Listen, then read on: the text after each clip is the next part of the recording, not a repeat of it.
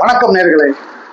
இந்த கோயம்புத்தூர்ல இன்னைக்கு ஒரு கல்லூரி மாணவிய கூட்டு பாலியல் வன்முறை பண்ணியிருக்காங்க. அது நடந்த தவறு மிகப்பெரிய தவறு. ஆனாலும் ஒரு விஷயம் பாருங்க, எந்த ஆட்சியிலையும் இந்த பாலியல் கொடுமை, இந்த அக்கிரமங்கள், அயோக்கியத்தனங்கள் நடக்கத்தான் செய்யுது. அதுல எந்த விதமான மாற்றமும் கிடையாது. என்ன, உடனே எதிர்கட்சிகள் வந்து போது இந்த ஆட்சியில அப்படி ஆயிடுச்சு, இந்த ஆட்சியில அப்படி, அது இப்படி இப்படி இப்படின்னு கத்துறாங்க. எந்த ஆட்சி வந்தாலும் இந்த நடக்கக்கூடிய கொடுமைகள் நடக்கத்தான் செய்யும். அதுக்காக போலீஸ் கிட்டத்தட்ட தமிழ்நாட்டுல 6 கோடி பேர் இருக்காங்க.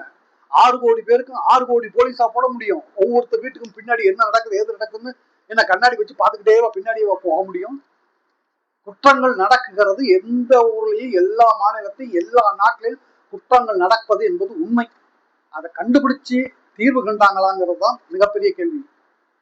அது இன்னைக்கு அந்த 3 பேரையும் சுட்டு புடிச்சிட்டாங்க. இதுல என்ன பெரிய பியூட்டி தெரியுமா? நம்ம எடப்பாடி பழனிசாமி வந்து ஊன்னு குதிச்சிருக்கிறாரு. பொள்ளாச்சியில எங்க போச்சு அந்த குதிப்பு? பொள்ளாச்சியில 200 பேருக்கு மேல பாதிக்கப்பட்டார்கள். அந்த பொண்ணுங்கெல்லாம் வீடியோல கதறது, அண்ணா என்ன விட்டுருங்கன்னாலாம் கதறது. அப்ப எங்க போச்சு?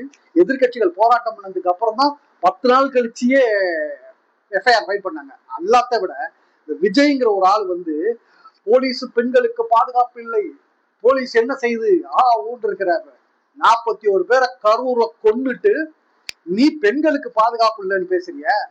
முதல்ல உன்னுடைய மனைவிக்கு உங்ககிட்ட இருந்து பாதுகாப்பு இருக்குதா? எங்க சங்கீதாங்கிற பெண் எங்க போனா? என்னாச்சு உனக்கு? இது பர்சனல் தான், அது வேற. ஆனா நீ பெண்ணுன்னு குறிப்பிட்டும் போது முதல் உன் மனைவி ஒரு பெண், என்னாச்சு? அந்த பொண்ணு எங்க அனுப்பிச்சிட்டில? அடுத்தது உன்னோட பெற்றோர், உன்னுடைய தாயும் ஒரு பெண்ணு தானே. பெற்றோர்களை தவிக்க விட்டுட்டுல நீ தனியா போயிருக்க. உன்னை வளர்த்து ஆளாக்கி இவ்வளவு நிலைமைக்கு கொண்டு வந்த ஒரு அப்பனையே தவிக்க விட்டுட்டு போயிருக்க. நீ வந்து தமிழ்நாட்டுல இருக்கிற பெண்களோட பாதுகாப்பை பத்தி பேசுற. 41 பேரை கரூர்ல கொன்னுட்டு உனக்கெல்லாம் என்ன தகுதி இருக்குன்னு தெரியல.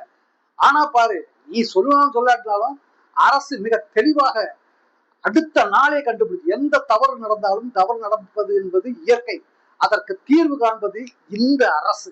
24 மணி நேரத்துல கண்டுபிடிச்சு அதுக்கு தீர்வு கண்டு தண்டனையை வாங்கி கொடுக்குது. இதற்கு உனக்கு கொஞ்சம் கூட யோக்கியதை கிடையாது. எடப்பாடிக்கு இந்த யோக்கியதையை சொல்றதுக்கு யோக்கியதையே கிடையாது. நீங்க